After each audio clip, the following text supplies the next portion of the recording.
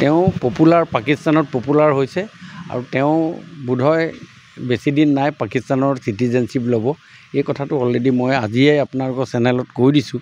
আমাৰ তেনেকুৱা ধাৰণা এটা যে মানুহ এজনৰ যেনেকৈ জ্বৰ উঠাৰ আগতে ঠাণ্ডা লাগে, ঠিক তেনেকৈ গৌৰৱ গগৈ তেনেকুৱা লাগিছে। যিখিনি তেখেতৰ কথা বতৰা বুজি পাইছোঁ, সেই কথা বতৰা মতে তেওঁ বহুত দিন ভাৰতবৰ্ষত যে থাকিব, মই এই কথাটো মোৰ কাৰণে এটা চিন্তাৰ বিষয় হৈ গৈছে। সেইটোৱে মই আপোনাক কৈছোঁ, কি হ'ব লাগিছিলে কি হ'ল।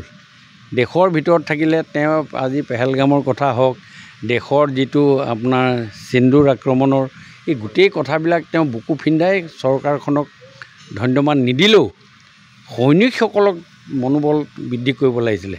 তেওঁৰ যিবিলাক কথা কালি সদনত ক'লে, সেই কথাবিলাকক সৈনিকসকলক তেওঁলোকৰ মনোবল ভাঙি পেলাইছে, মনোবলক তেওঁলোকক ধূলিসাৎ কৰিব খুজিছে।